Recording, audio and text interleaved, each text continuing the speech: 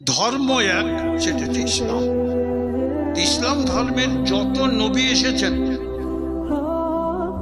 সমস্ত নবীদের স্মৃতি আছে ওই আরব মক্কা মদিনায়।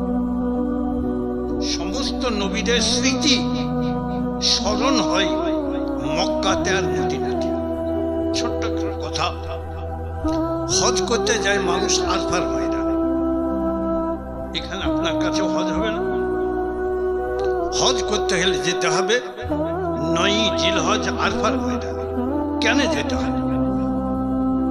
না মা হাওয়া ও আদম আলাইহিস সালাম দুনিয়া থেকে আল্লাহর কাছে বেহেশত থেকে দুনিয়াতে আসার পর 300 বছর ক্রন্দন করেন আল্লাহর কাছে, আল্লাহ আমরা কি ভুল করেছি, কি অন্যায় করলাম, তাই বেহেশত থেকে দুনিয়াতে এসে পড়ে গেলাম।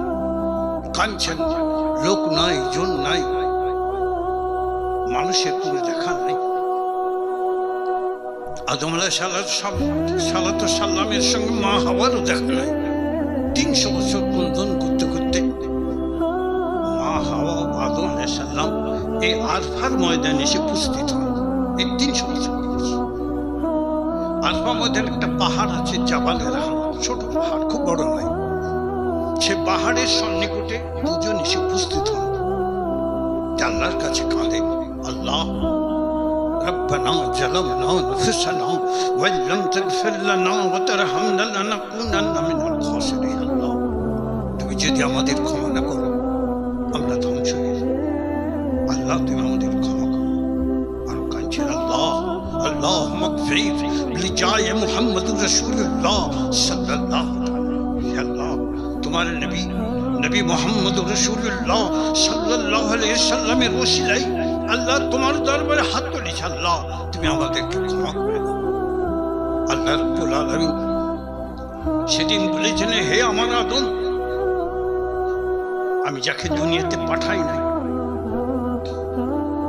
যাকে আমি জাহেরি অবস্থায় প্রকাশ করিনি, সেই নবী মুহাম্মদের নাম তুমি কোথায় পেলে? তার নাম নিয়ে তুমি, তার ওসিলা নিয়ে আল্লাহ আমার কাছে কাঁদছো, এ নাম কোথায় পেলে? আদম আলাইহিস সালাম বললেন, ইয়া আল্লাহ, যেদিন তুমি আমাকে তৈরি করেছিলে, যেদিন তুমি আমার দিলের মধ্যে, আমার শরীরের মধ্যে আমার রূহকে, আমার আত্মাকে দান করেছিলে, সেদিন উঠি আমি আরশের গায়ে লেখা দেখেছিলাম, লা ইলাহা ইল্লাল্লাহু মুহাম্মাদুর রাসূলুল্লাহ। বেহেশতের প্রত্যেক পাতায় পাতায় দেখেছি লা ইলাহা ইল্লাল্লাহু মুহাম্মাদুর রাসূলুল্লাহ।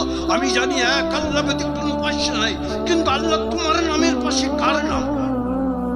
আমি নিঃসন্দেহে বলছি যে তুমি যেহেতু সর্বমহান, সর্বশ্রেষ্ঠ, তাই তোমার নামের পাশে তোমার প্রিয় হাবিবকে, প্রিয় নবীকে স্থান দিয়েছো, তার নামকে পাশে লিখে রেখেছো। তারই ওসিলা নিয়ে আল্লাহ আমি কাঁদছি, আল্লাহ তুমি আমাকে ক্ষমা করে দাও। আল্লাহ বলছেন, হে আমার আদম শোনো, তুমি যখন আমার হাবিবের, আমার নবীর ওসিলা নিয়ে আমার দরবারে কেঁদেছো, যাও তোমার কানে আমি সমস্ত তোমার উম্মতের জন্য যদি দোয়া করতে সমস্ত উম্মতকে আজ ক্ষমা করে দিলাম, তাও তোমাকে আজ আমি ক্ষমা করে দিলাম। সেদিন কেঁদেছিলেন 9 জিলহজ আর সেই আরফার ময়দানে। ওই জন্য আরফার ময়দানে দোয়া কবুল হয়েছিল। ওই জন্য আপনারা, আমরা যারা হজ করতে যাই আরফার ময়দানে, সেই 9 জিলহজে কাঁদলে আপনার আবার দোয়া কবুল। আদম আলাইহিস স্মরণ, এইরকম ইব্রাহিম আলাইহিস সালাতের স্মরণ, এইরকম ইসমাইল আলাইহিস সালামের স্মরণ হয় হজের মধ্যে। কোরবানি স্মরণ, ইব্রাহিম আলাইহিস সালাম তৈরি করলেন কাবা শরীফ, তার স্মরণ হয়। সবচেয়ে কঠিন হচ্ছে মা হাজেরা, একজন মহিলা। আমরা মনে করি মহিলার কোনো গুরুত্ব নেই, কিন্তু আল্লাহ রাব্বুল আলামিন এত গুরুত্ব দিয়ে দিয়েছেন। বলেছেন, ইন্না সাফা ওয়াল মারওয়াতা মিন শাআইরিল্লাহ। সাফা মারওয়া হচ্ছে আমার নিদর্শন। আল্লাহ তো দুনিয়াতে আসেনি কোনোদিন, দুনিয়াতে নামে পদার্পণ করেছেন না, জাহেরিয়াতে নাই। তো সাফা মারওয়া আল্লাহ বলছেন কোরআন শরীফে, ইন্না সাফা ওয়াল মারওয়াতা মিন শাআইরিল্লাহ। সাফা আর মারওয়া আমার নিদর্শন।